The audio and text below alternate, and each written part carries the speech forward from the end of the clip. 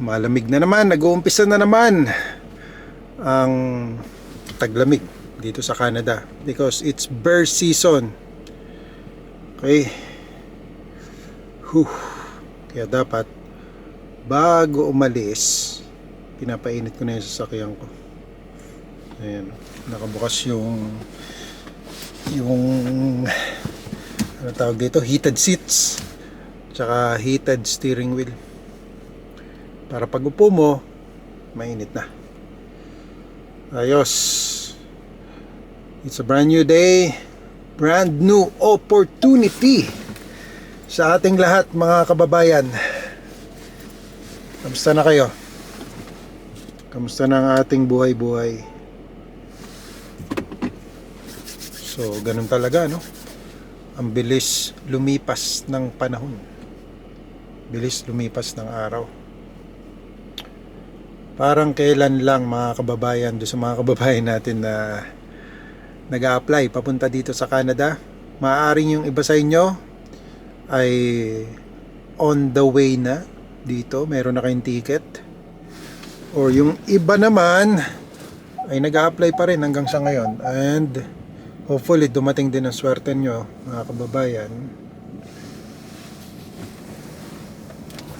Yung opportunity na yan naman, dumarating niya sa atin sa tamang panahon, sa tamang oras. Kung talagang para sa iyo yan, ibibigay sa iyo yan. Yung iba nga na nakakarating dito, na nakakausap natin, ay nai-inspire ako. Kasi minsan meron ako makakasalubong na kabahay natin. Sasabihin nila sa akin, "Uy, nanonood po ako ng video ninyo." Salamat naman, kabayan, at nakarating ka dito sa Canada. Yun lagi ang sinasabi ko sa kanila, kasi I am surprised lagi sa mga kababayan natin na nakakasalubong natin, namimit natin, na mga nakakarating dito na dati lang daw silang nanonood ng aking videos. Sabi naman nila ay kahit papaano nakakatulong yung ating video para ma-inspire sila. Kasi nasa kanila naman yan mga kababayan, nasa inyo yan. Wala naman po sa akin. Ako, nagsashare lang po ako ng mga informations dito sa Canada. Somehow ay yung mga kababayan natin na inspired daw na magpatuloy sa kanilang mga applications. Meron namang iba na nagsasabi na nando sila sa ibang bansa, hindi sila nakarating dito sa Canada. Nakarating sila sa ibang bansa like New Zealand, sa UK, sa Middle East. So, kung saan talaga kayo dalhin ng kapalaran ninyo, doon kayo, mga kababayan. Baka para sa inyo talaga yun, di ba? Maaaring hindi para sa inyo ang Canada, pero dadalhin ka ng iyong kapalaran sa ibang lugar. Maaaring at first hindi nyo gusto sa lugar na yun, pero baka para talaga kayo dun yun ang gusto ko sabihin. Para dun talaga kayo, mga kababayan, kasi kung saan kayo dinala di ba? Kaya ako nga po, hindi ko naman iniisip noon na makakarating ako ng Canada Never in my dreams na kasama ito sa plano ko talaga. Wala sa plano na mag-Canada ako, mga kababayan. For your information lang. At nasabi ko na po sa maraming mga pagkakataon kung bakit ako nakapunta dito. Dahil sa pangangailangan. Which is, karamihan naman sa nagpupunta sa ibang bansa, meron silang pangangailangan. Meron silang mga pangarap na gustong makamtan. Siyempre, it's always for the better. Kaya tayo nag-iibang bansa, di ba? Oo, maaring yung iba, maganda ang sitwasyon sa Pilipinas, pero hindi naman lahat maganda ang sitwasyon sa Pilipinas di ba? Kasi yung iba nagsasabi na Sa Pilipinas, magtanim ka lang ng ganito or ganyan, okay ka na. Hindi po lahat ganun, mga kababayan. Hindi lahat pare-parehas ng sitwasyon. Hindi lahat merong lupa na pagtatamnan, di ba? Ganon din naman po dito sa Canada, mga kababayan. Iba-iba rin po ang kapalaran ng mga tao dito. Hindi naman po porke napanood nyo yung isang vlogger, siya ay successful dito sa Canada, magiging successful na din kayo. Nasa sa inyo yun kung paano kayo magiging successful. Wala sa ibang tao, wala sa kung sinong vlogger dyan ang magsasabi na kung sila successful, ikaw din ay successful. Nasa sa inyo yun kung paano kayo magiging successful. And iba-iba din ang definition ng success. Iba-iba po yan. Merong iba, para sa kanila successful na sila na nadala nila dito yung kanilang mga mahal sa buhay. Success na yun sa kanila. Kahit pa sabihin nilang ang sahod nila dito ay paycheck to paycheck, pero sa kanila success yun. Merong iba, ang success talagang kailangan malaking bahay, bagong sasakyan. Iba-iba po kasi ng definition ng success yan Kaya tanungin nyo sarili nyo, mga kababayan, ano ang definition ng inyong success? Ano ang definition ng inyong happiness? Pag ba ikaw ay successful, ibig bang sabihin nun happy ka na din? Diba? So iba po mga kababayan. Tama po ba? Validate lang tayo sa inyo, mga kababayan. Kung sa bagay, kanya-kanya naman tayo ng panuntunan sa buhay.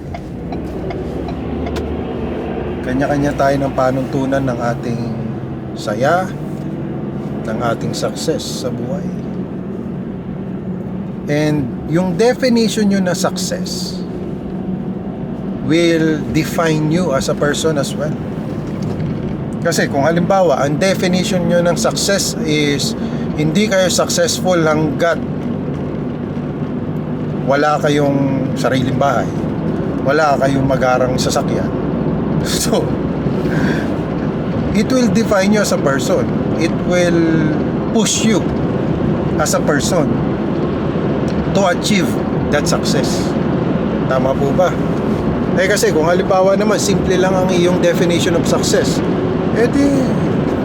siguro simple lang din ng iyong magiging push sa sarili mo. Kasi kung kontento ka na dun sa halimbawa simpleng buhay, simple lang din, diba, mga kababayan? Ganun po yun Kaya you have to define your success. You have to define the meaning of success para sa inyo. So, mga kababayan, leave a comment below kung ano sa palagay nyo ang inyong definition of success. And with that definition, kasi yun na magiging goal mo di ba? Yung goal mo sa buhay, yan na magpupush sa'yo. And whatever your goal is, halimbawa, ang goal mo makapunta dito sa Canada, syempre, kung yun yung goal mo, you have to take action to achieve your goal, to achieve your success. Hindi naman pa pwedeng, halimbawa, ang goal mo pala makapunta ng Canada. So, ano yung action na dapat nagagawin? Kung kinakailangan halimbawa na syempre, para makapunta ka dito, kailangan mong mag-apply, mag-asikaso ng mga requirements, diba? Kung hindi ka kikilos, hindi ka mag-a-apply, hindi ka mag-aasikaso ng iyong mga requirements, So, hindi ka makakapunta dito, di ba? So, ganun lang naman po yun. Simple lang naman yun. Kumbaga, binibigyan ko lang ko yun ng simpleng idea. Minsan nga, di ba, tatanungin ka lang, saan ka pupunta? Pupunta ako dun sa, halimbawa, sa isang lugar na yun, hindi ka makakapunta dun kung hindi ka kikilos, di ba? Simple lang naman po yan, mga kababayan.